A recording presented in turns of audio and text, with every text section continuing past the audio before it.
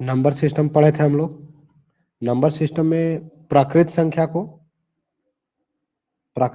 को capital N से लिखते हैं। अगर इस प्रकार से लिख दिया गया मतलब इसमें टोटल नंबर सिस्टम का प्रकृत संख्या आ गया। यानी इसका मतलब हुआ 1 2 3 4 5 डॉट डॉट डॉट इनफिनाइट तक चले जाएंगे। ठीक है, नेचुरल नंबर। उसके बाद हम लोग संख्यांक पढ़े थे, न्यूमरल। तो न्यूमरल जो है अंकों को कहते हैं, अंकों को न्यूमरल कहते हैं। एक पढ़े थे होल नंबर, पूर्ण संख्या। पूर्ण संख्या को डब्लू से इंडिकेट करते हैं, यानी डब्लू। इसमें पूर्ण संख्या कब बनेगा? जब प्रकृत संख्या में जीरो को जोड़ दिया जाए, जैसे 0 1 2 3 4 5 डॉट डॉट डॉट इनफाइनाइट तक, तब ये आपका बन गया पूर्ण संख्या। प्रकृत संख्या में जीरो सम्मिलित करने से पूर्ण संख्या बन जाता है। ऋण संख्या, ऋण संख्या किसको कहे थे हम लोग? जिसको तो ऋण संख्या जो है प्राइम नंबर, प्राइम नंबर आपका होता है जो खुद से कटे, खुद से विभाजित हो और एक से कटे। जैसे दो में भाग लगाएंगे तो एक से कटेगा, और उसके बाद दो से, फिर 3 में भाग लगाएंगे, 3, तो 3 जो है एक से कटेगा और खुद से कटेगा। 5 जो है खुद से कटेगा और एक से कटेगा, किसी दूसरी संख्या से नहीं कटेगा। तो इसको हम लोग कहेंगे प्राइम नंबर, ऋण संख्या। इसी प्रकार से 11 13 17 19 23, ये सब क्या है? ऋण संख्या। ऋण संख्या, चलिए अगला बताइए। 23 के बाद अगला ऋण संख्या कौन सा होगा? 23 के बाद अगला ऋण संख्या कौन सी होगी? 23 के बाद अगला ऋण संख्या कौन सा होगा?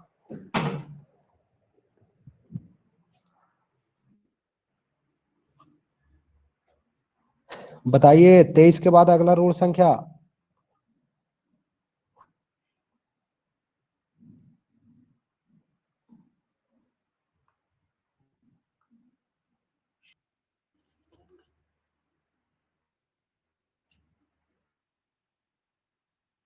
प्राकृत संख्या जो है, प्राकृत संख्या को n से लिखते हैं।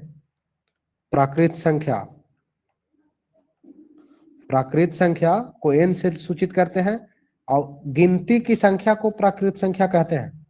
1 2 3 4 5 6 6 7 8 9 10, इस प्रकार से आगे गिनते जाओ तो गिनती की संख्या को प्राकृत संख्या कहते हैं। अब बताओ कि अगला प्राकृत संख्या कितना होगा? अगला प्राकृत संख्या कितना होगा? 10 के बाद अगला प्राकृत संख्या बताओ।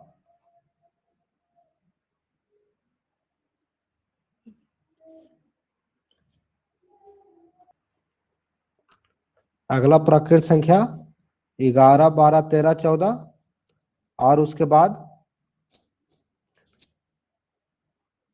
19 20। चलिए ठीक है, अब बताइएगा।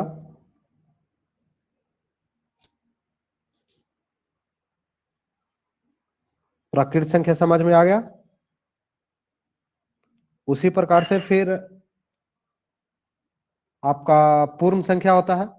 पूर्ण संख्या में सिर्फ जीरो सम्मिलित अगर हो जाए, 0 1 2 3 4 5 6 डॉट डॉट डॉट, ये अनंत तक पूर्ण संख्या कितना होगा इसका कोई गिनती नहीं है, कोई लिमिट नहीं है। सिर्फ इसमें प्राकृत संख्या में जीरो सम्मिलित कर देने से क्या बन जाएगा? पूर्ण संख्या। ठीक है, अब एक पढ़े थे ऋण संख्या, प्राइम नंबर। तो प्राइम नंबर ऋण संख्या जो होता है वो एक से विभाजित हो और खुद से कटे। किससे? 1 से, और खुद से अगर विभाजित होने वाला होगा तो उसको प्राइम नंबर कहेंगे। जैसे 3 जो है, इसमें भाग किसकी संख्या से लगेगा? तो 3 में भाग लगेगा 1 से लगेगा और 3 से लगेगा। 3 में भाग 1 से और 3 से। फिर 5 में भाग लगेगा किससे?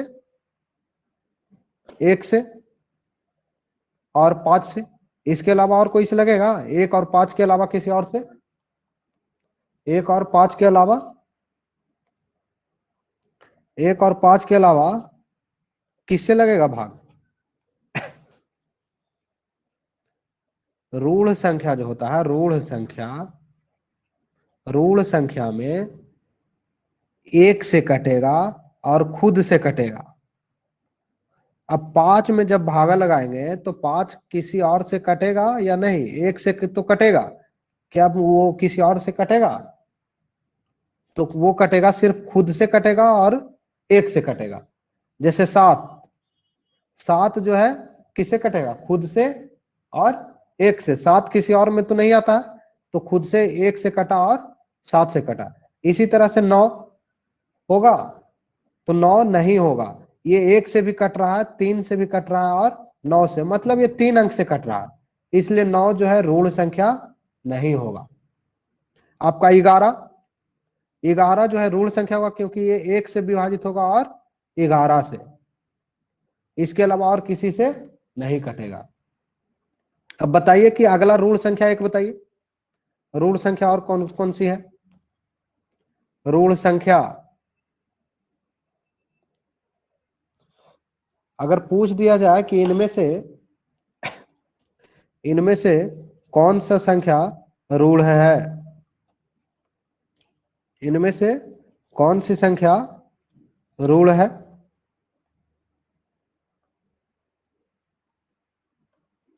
तो ऋण संख्या कौन सा होगा?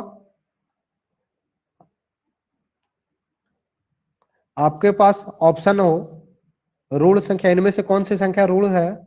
ऑप्शन ए में है 9, option B 15, option C 23, option D 21। इसमें से कौन सी संख्या आपका ऋण होगा? चुनिए कौन सा ऑप्शन सही है। A B C D option में से कौन सा ऑप्शन सही होगा? चुनिए। 9, 15, 23, 21। 9, 15, 23, 21 में कौन सा संख्या जो है ऋण होगा? ए बी सी डी कौन सा सही है?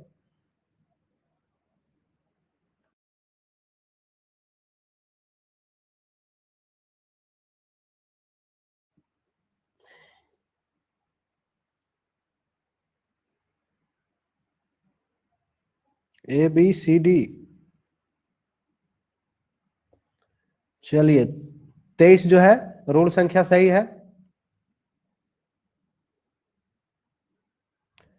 फिर दूसरा प्रश्न देखिए, इनमें से कौन सी एक प्राकृत संख्या और ऋण संख्या दोनों है? Option A 9, option B 27, option C 31, option D 32। इनमें से कौन सी संख्या प्राकृत संख्या और ऋण संख्या दोनों हो? प्राकृत और ऋण दोनों हो, कौन सा होगा प्राकृत और ऋण संख्या? प्राकृत और ऋण संख्या दोनों कौन सी संख्या होगी?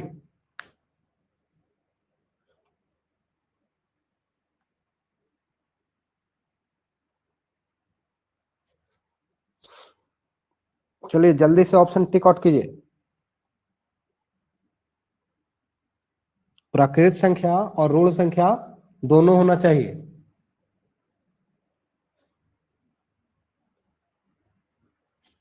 गिनती की संख्या को ऋण संख्या कहते हैं। गिनती की संख्या को ऋण संख्या। चलिए मुरारी जी सही जवाब दे दिए। आगे समझ में, गिनती की संख्या को प्राकृत संख्या कहते हैं और ऋण संख्या जो खुद से कटे, 31 जो है खुद से कटेगा और 1 से कटेगा, और 31 जो है गिनती में तो आता है, इसलिए इसको प्राकृत संख्या और ऋण संख्या दोनों कहेंगे। चलिए आगे चलते हैं।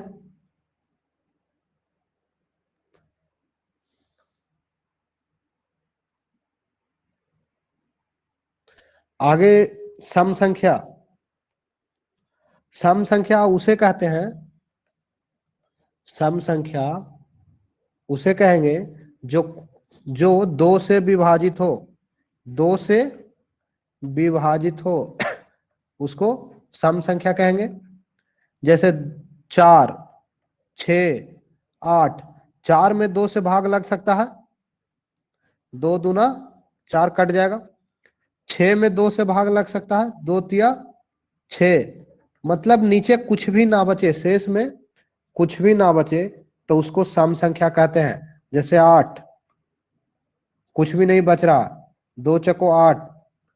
जैसे 400, 400 में 2 से भागा देंगे तो क्या हो जाएगा, 2 इकाई 2, 2 दूना 4 कट जाएगा, और 0 0, ये 2 0 उतर जाएगा। तो ये 200 आपका सम संख्या है। तो बताइएगा कि इनमें से कौन सा एक सम संख्या है। ऑप्शन ए है 15, बी 152, सी 155, डी 10,005। कौन सा ऑप्शन सही है?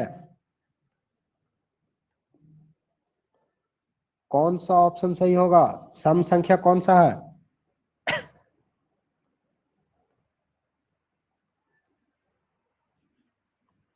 सम संख्या कौन सा होगा?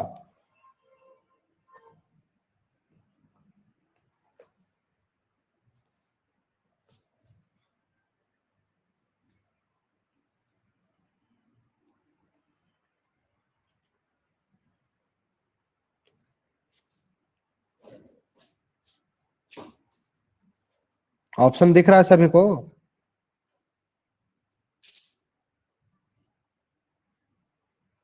क्या हुआ, नहीं समझ में आया? सम संख्या 152 में जो भी है सब में 2 से भाग लगाएंगे।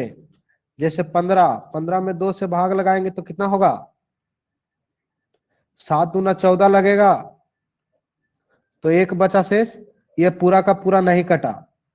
152 में फिर 2 से भाग लगाएंगे, 2 सते 14, हासिल एक बचेगा। 15 में से 14 घटेगा तो एक, फिर ऊपर से 2 उतरेगा, 2 छक 12, विभाजित हो गया पूरा पूरा, 2 से 2 घट गया और 1 से 1 घट गया, शेषफल कुछ नहीं बचा। तो ये आपका एक सम संख्या हो गया। चलिए इसी प्रकार से दूसरा बताइए, कौन सा सम संख्या है? 35,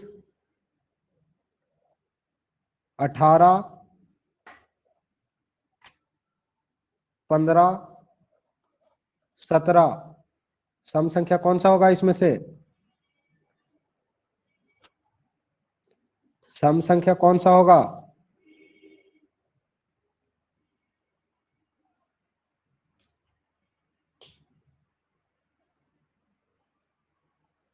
अठारह होगा सम संख्या, क्योंकि 18 जो है 2 से विभाजित हो रहा है। 18 2 से विभाजित हो रहा है।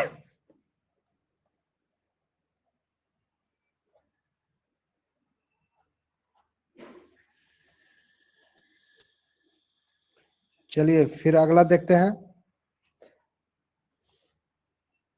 विषम संख्या। विषम संख्या किसको कहेंगे? तो विषम संख्या जो 2 से भाग ना लगे, जिसमें 2 से भाग ना लगे, पूरी पूरी नहीं विभाजित हो।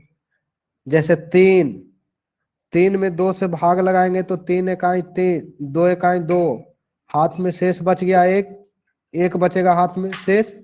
फिर आपका 9, 2 चको 8, शेषफल कितना बचा, एक। उसी प्रकार से फिर आपका 11, 2 पचे 10, शेषफल बच रहा है, इसमें भी 10, 11 में से 10 घटाएंगे तो 1 बचेगा। फिर 15, 2 सते 14, तो 15 में से 14 घटाएंगे, 1 बच गया शेषफल, तो इसे विषम संख्या कहेंगे, जो 2 से पूरी पूरी विभाजित ना हो। उसी प्रकार से 121, तो 2 छक 12 कट गया, यहाँ 1 उतरेगा, इसके एवज में यहाँ लगाएंगे, ये 1 जो है 2 से विभाजित नहीं होगा, तो ये शेष बच गया 1, तो इसको कहेंगे विषम संख्या। समझ में आ रहा है मुरारी जी? अब बताइए।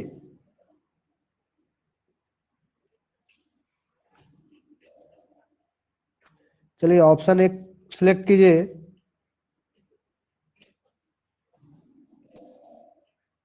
इनमें से कौन सा एक विषम संख्या है? विषम संख्या ऑप्शन ए है 19, बी 20, सी 22, डी 24। चलिए कौन सा होगा सही?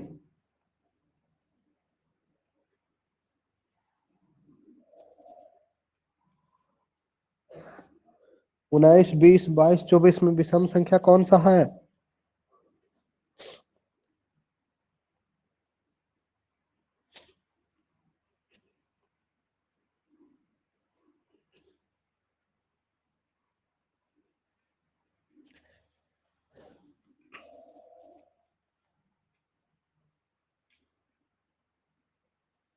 निकला विषम संख्या।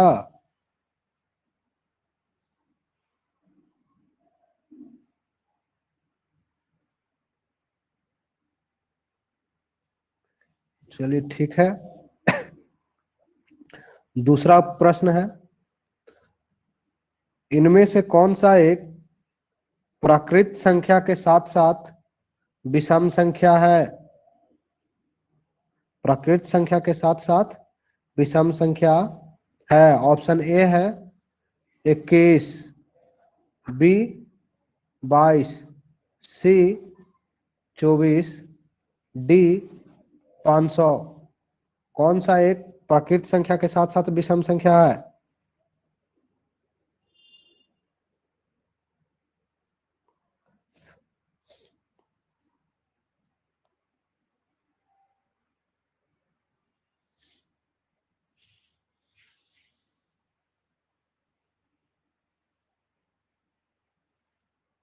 प्राकृत संख्या किसको कहते हैं? गिनती की संख्या को प्राकृत संख्या कहते हैं। तो गिनती की संख्या तो ये सब है ना, ये भी है गिनती में संख्या, ये भी है, ये भी 24, 500, 22, 20, सब गिनती की संख्या है। और इसमें पहचानना था कौन सा एक विषम संख्या, तो विषम संख्या 21 है।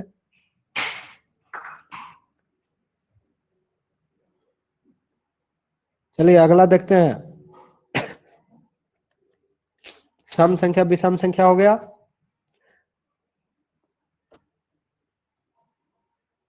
अब भाज्य संख्या। भाज्य संख्या,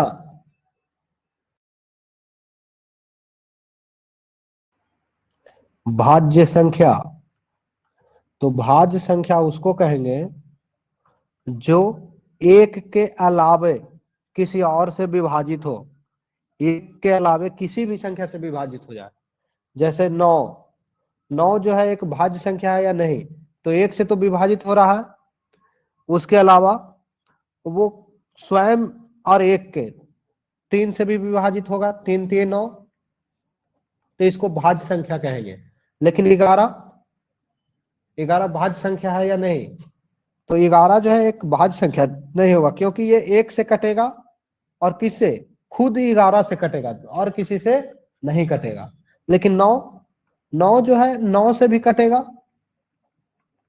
9 एकम 9, 9 जो है 3 से भी कटेगा और एक से भी विभाजित होगा। मतलब ये 3 अंक से विभाजित हो रहा है, तो ये भाज्य संख्या है। जो खुद से कटे और किसी एक संख्या से कम किसी एक दूसरे संख्या से भी विभाजित हो, तो उसको भाज्य संख्या कहेंगे। जैसे 18, 15, 16, 21, 20, 22, 24, ये सब आपका भाज्य संख्या है। लेकिन ऋण संख्या जो होगा, जैसे 19, ये खुद से कटेगा, 1 से कटेगा और 19 से कटेगा और किसी से नहीं कटेगा। 23 ऋण संख्या है, ये 1 से कटेगा और 23 से कटेगा, किसी और से नहीं कटेगा। ठीक है। उसी प्रकार से अभाज्य संख्याएं, तो जो संख्या स्वयं एवं 1 के अतिरिक्त किसी भी संख्या से विभाजित नहीं हो, ऋण संख्या को ही अभाज्य संख्या कहा जाता है। ऋण संख्या बराबर अभाज्य संख्या, ऋण संख्या को ही अभाज्य संख्या कहते हैं। अब सहअभाज्य संख्या किसको कहेंगे?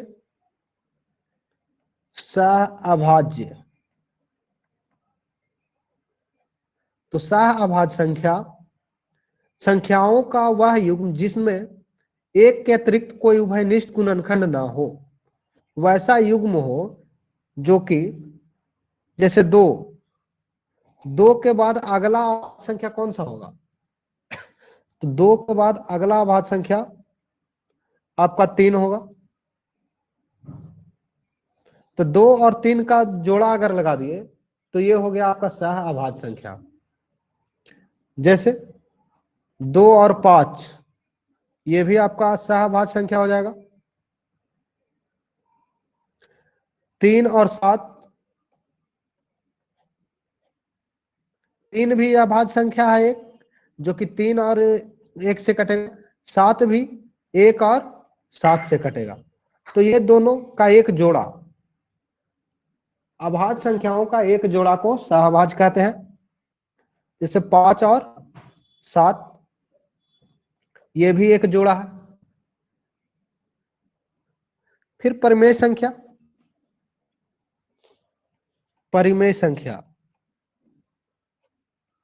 तो परिमेय संख्या किसको कहते हैं? तो परिमेय संख्या उसको कहेंगे जिसको P/Q,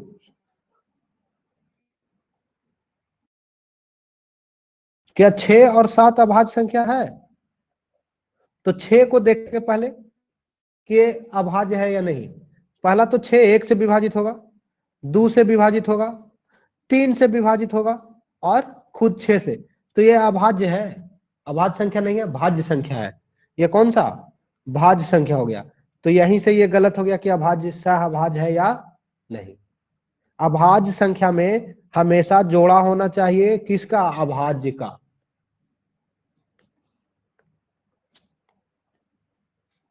फिर परिमेय संख्या, तो परिमेय संख्या किसको कहेंगे? तो परिमेय संख्या उसको कहेंगे जिसको हम भिन्न के रूप में लिख सकते हैं, भिन्न के रूप में लिखा जाए। जैसे 2, 3, 5, 7, 9, ये सब परिमेय संख्या। क्यों? क्योंकि इसके नीचे कुछ भी नहीं तो 1 तो लगा सकते हैं। 3/1, 5/1, 9/1, तो ये सब एक भिन्न के रूप में हो गया। ये सभी एक परिमेय संख्या होगा। जैसे 22/7, 22/7 भी परिमेय संख्या है या नहीं? 22/7,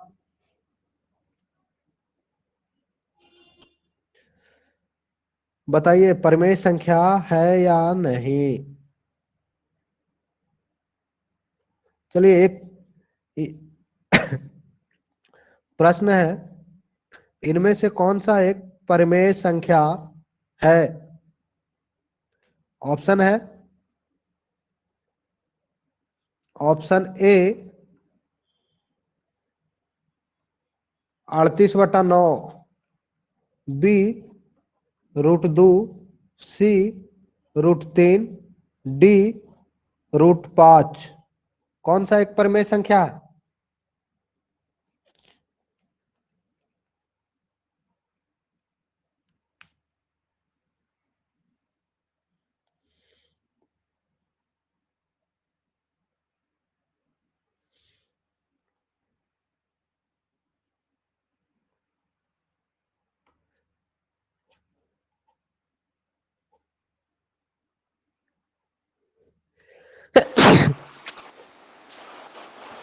बी जो है परमेय संख्या आपका नहीं है।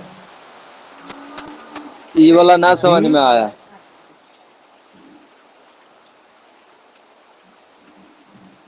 बी आपका परमेय संख्या नहीं होगा।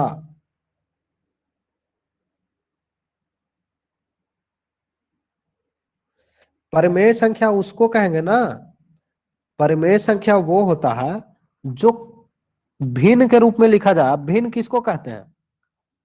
भिन्न जिसको में अंश हो और हर हो। तो अंश और हर रहेगा तो उसको भिन्न कहेंगे। जैसे 22/7, 4/2, 6/9, ये सब क्या चीज है? भिन्न के रूप में लिखा जा रहा है।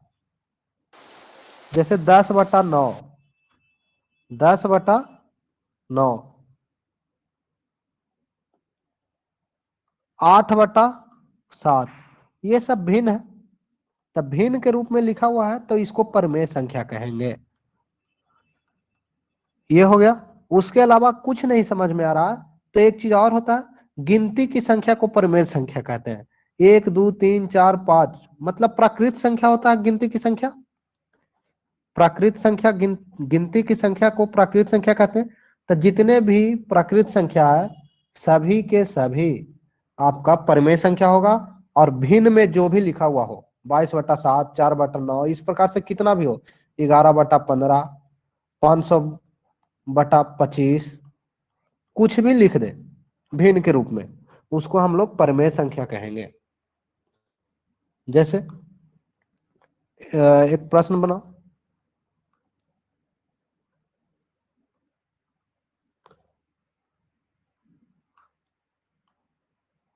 एक प्रश्न है, ऑप्शन ए है √3, option B, option B, option A √3, option B 500, option C √2, option, बस इतना ही ऑप्शन रहने दो, 3 ही ऑप्शन। अब इसमें कौन सा परमेय संख्या है पहचान। ऑप्शन ए है √3, बी 500, सी √2। परमेय संख्या इसमें कौन सी होगी?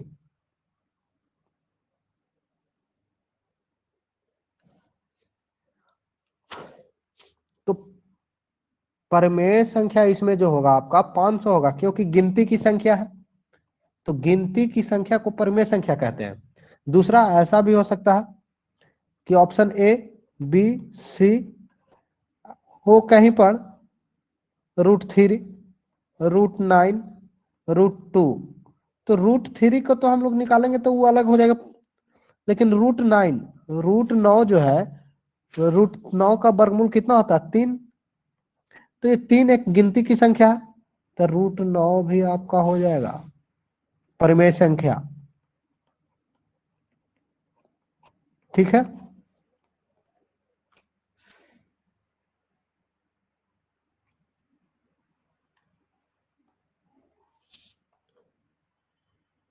चलो परमेय संख्या हो गया। अपरमेय संख्या, तो अपरमेय संख्या पाई। पाई एक अपरिमेय संख्या है, लेकिन पाई का वैल्यू जो होता है 22/7, ये एक परिमेय संख्या है। यह परिमेय संख्या है और पाई जो है अपरिमेय संख्या है। पाई अपरिमेय संख्या और ये परिमेय संख्या है।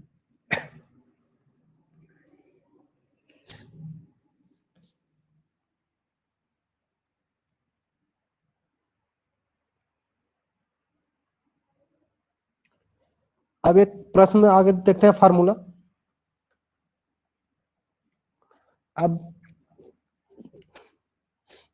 n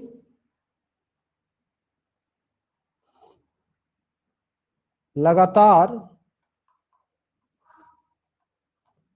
n संख्याओं का योग, n संख्याओं का योग का फार्मूला क्या होगा? तो पहला चीज तो इसमें निकालना होगा जो भी हो दिया हुआ, जैसे 2, 4, 6, 8 डॉट डॉट डॉट 100वां पद, या फिर 2468 इतना ही हो, 2468 इतना ही दिया हुआ हो। तो इसमें सबसे पहले अंतर कितना है सभी के बीच में ये देखेंगे। तो सभी के बीच में अंतर, सभी के बीच में जो अंतर होता है, जैसे 2 4 6 8, तो डी इसको बोलते हैं सार्व अंतर। और 4 माइनस 2 करके देखेंगे तो कितना हुआ 2, फिर निकालेंगे 6 माइनस 4 इक्वल टू 2, 8 माइनस 6 बराबर 2। मतलब डी जो हो गया आपका सार्व अंतर जिसको कहते हैं, डी को सार्व अंतर कहते हैं, सभी में अंतर। तो सभी में अंतर 2 का है, तो डी बराबर 2 आ गया। उसके बाद संख्या कितने हैं, तो 1 2 3 4, एन बराबर 4 हो जाएगा, एन बराबर 4 हो गया। उसके अलावा देखेंगे कि इसका पहला संख्या कौन सा है, तो पहला संख्या को ए से सूचित करते हैं, पहला संख्या बराबर 2, अंतिम संख्या 8, इसको ए एन से सूचित करते हैं। अब एन के जगह पर कितना था 4, तो एन के जगह पर यहां पर A4 लिख देंगे, A4 बराबर 8। एन जो होता है गिन करके लाएंगे कितने संख्या है टोटल, तो 1 2 3 4 गिन करके आ गया।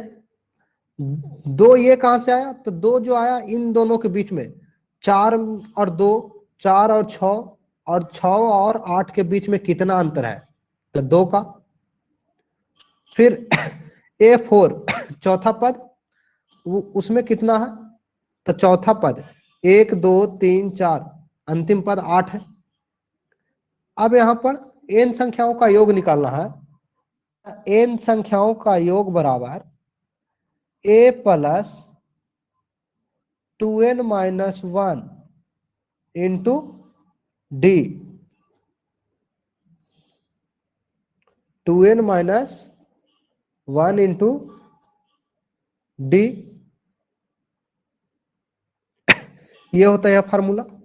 तो पहला संख्या कौन सा था 2, उसके बाद n कितना है 4,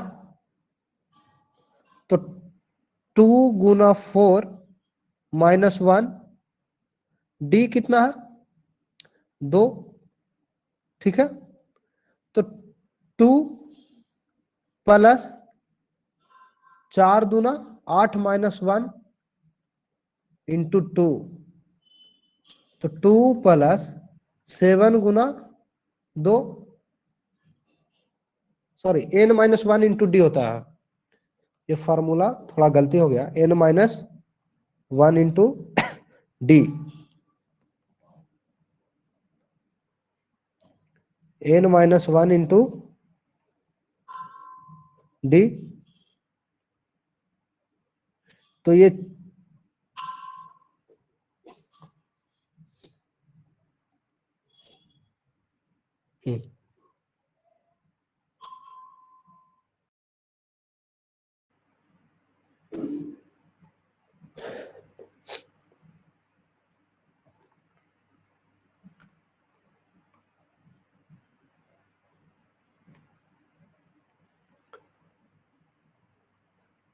कुल n संख्याओं का n निकालना है, कुल संख्याओं की संख्या n, मतलब अंतिम संख्या अगर निकालना हो तो उसके लिए हम लोग करेंगे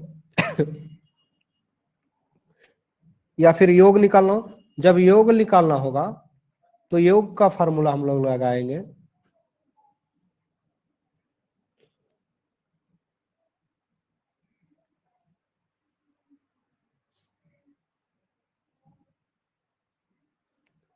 योग का फार्मूला हो जाएगा n प्राकृत संख्याओं का, n प्राकृत संख्याओं का योग, n प्राकृत संख्याओं का योग बराबर हो जाएगा n इंटू n प्लस 1 बटा 2। मतलब जैसे दिया हुआ हो 1 2 3 4 5 6, अब कितने संख्या आई है, यहां से गिनती शुरू करेंगे 1 2 3 4 5 6, 6 संख्या हो गया।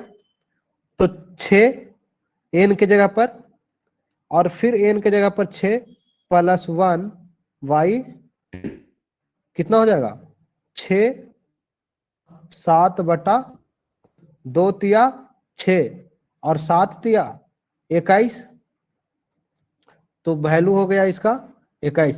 इसको हम लोग ऐसे भी जोड़ करके देखें, 1 2 3 4 5 6, तो ये जोड़ने पे कितना आएगा 21 ही आएगा।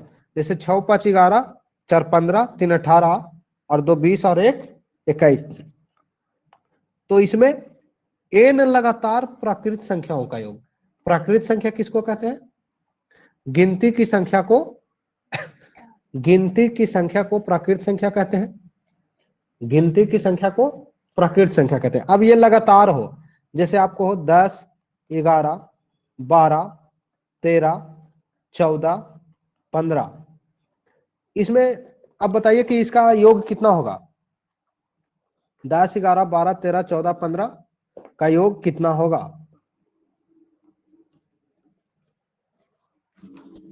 10 11 12 14 15 का योग कितना होगा?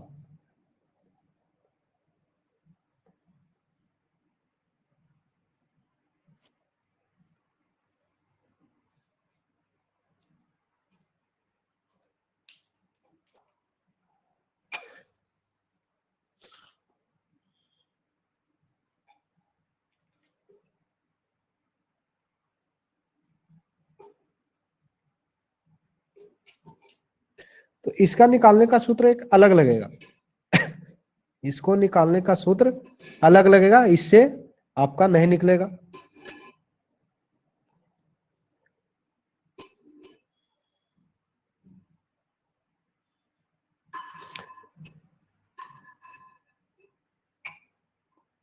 इसको इस फार्मूला से नहीं निकलेगा जो इसी पर बैठा करके बना दे रहे हैं।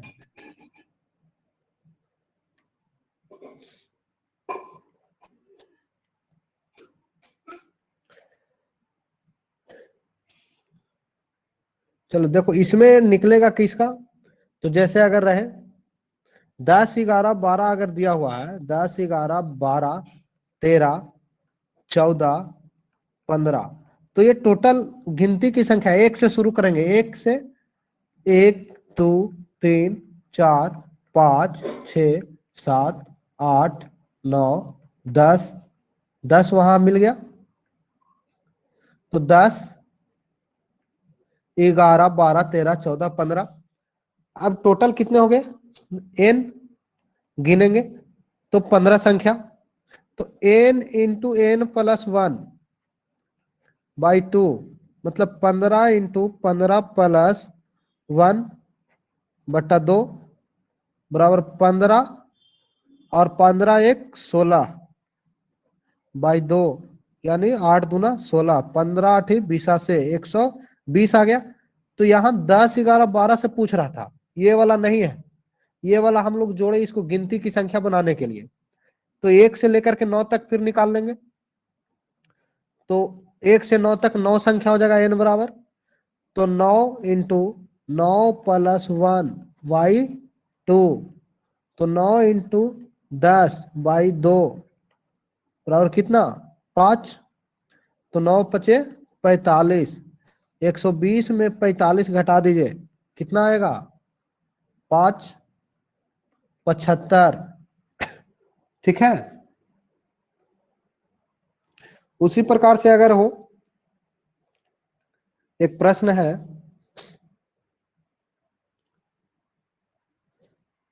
2 के स्क्वायर प्लस 2 के स्क्वायर गुना 2 प्लस 2 के स्क्वायर गुना 3 डॉट डॉट डॉट डॉट 2 के स्क्वायर गुना 100, इसका योग कितना होगा? योगफल निकालना है, कितना होगा बताइए।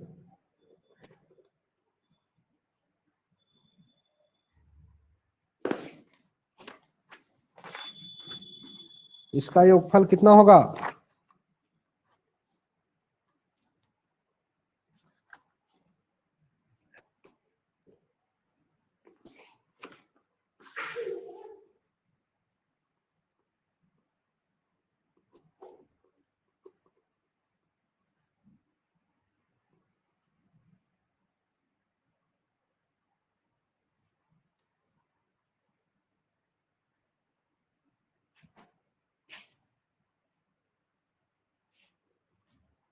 निकालिए जल्दी से।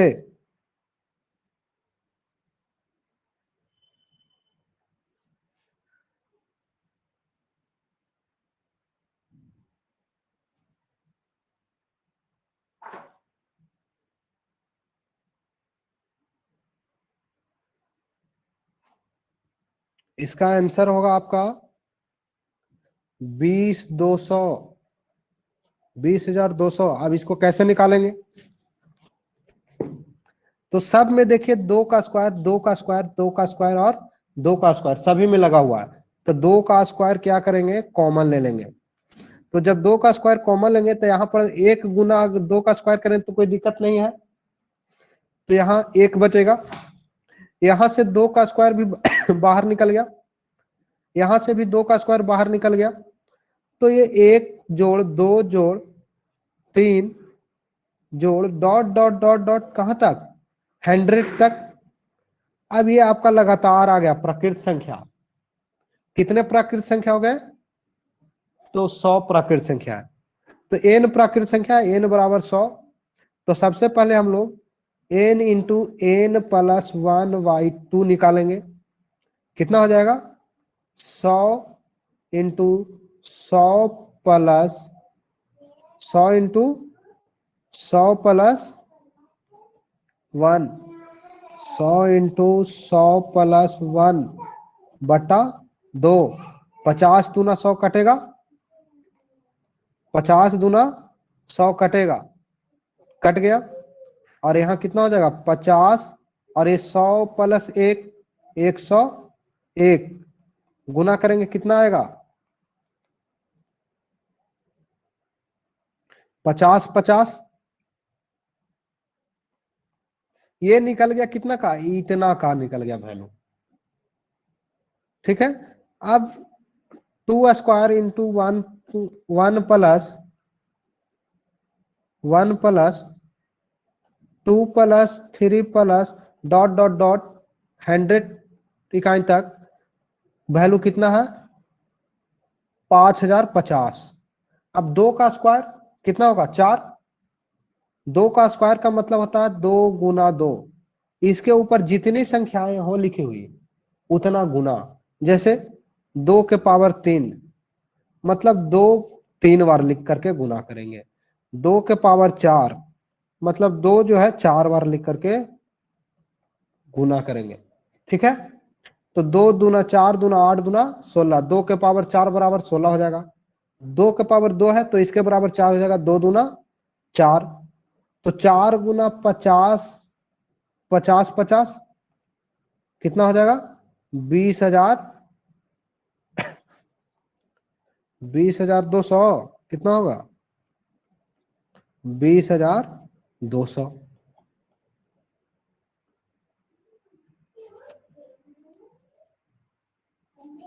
उसी प्रकार से अगर फिर और कोई प्रश्न हो, जैसे आपको प्रश्न हो एक 3 का स्क्वायर प्लस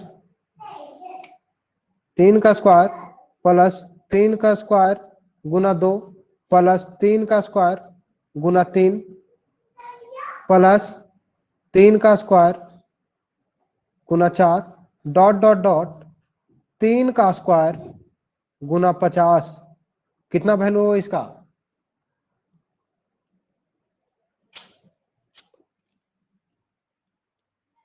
3 का स्क्वायर जोड़ 3 का स्क्वायर जोड़ 2, 3 स्क्वायर प्लस 3 का स्क्वायर जोड़ 2, 3 का स्क्वायर गुना 3, 3 का स्क्वायर गुना 4 डॉट डॉट डॉट 50 तक। कितना वैल्यू होगा इसका?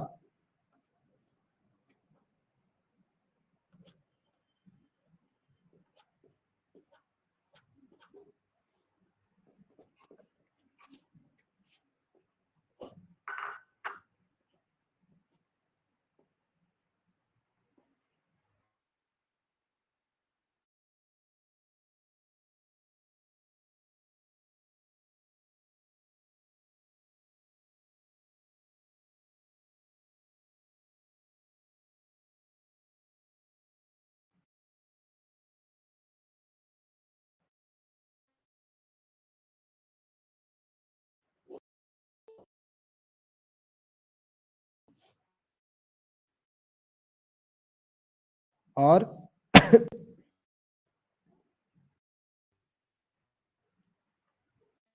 दिखाई दे रहा है?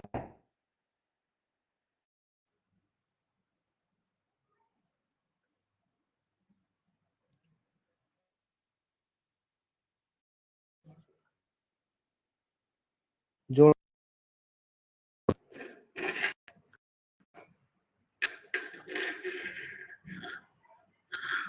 चलिए इसको ये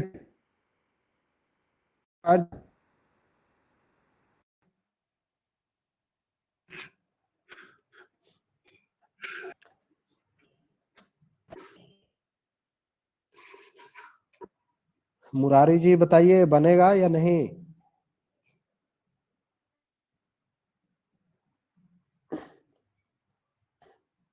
देखिए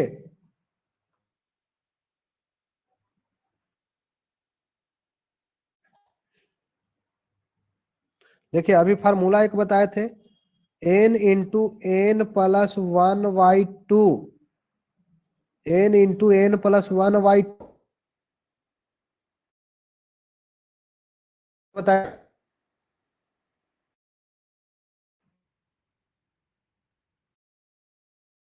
क्या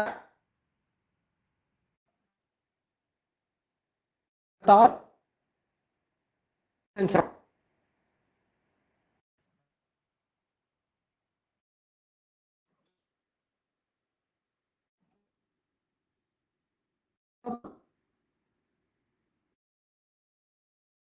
का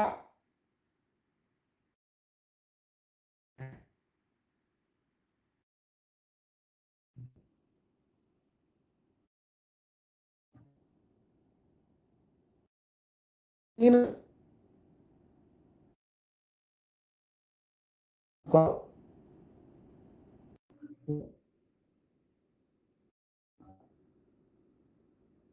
2